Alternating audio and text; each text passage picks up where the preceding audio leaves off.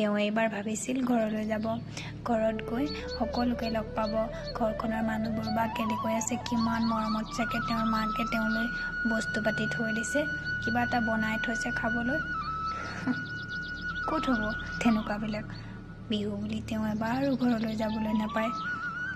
কিন্তু প্ৰতিবাৰেই দেখোন সমস্যা আহি পৰে। ঘৰখনৰ মুৰব্বী যিহেতু, তেওঁক বাৰে বাৰে ফোন কৰি সোধে, আমুকটো দিবি আকৌ, আমুকত আজি আমুকটো দিব লাগে নহয়, নিদিয়ক কিয়?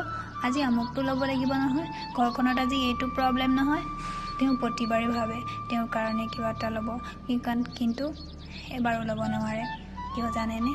তেওঁ কাৰণ ঘৰৰ মুৰব্বী, আজি এইটো নাই, আজি সেইটো নাই। কিন্তু কোনেও নুসুধে, ল'ৰা এইবাৰ তই বিহুত কিয় নাহিলিও?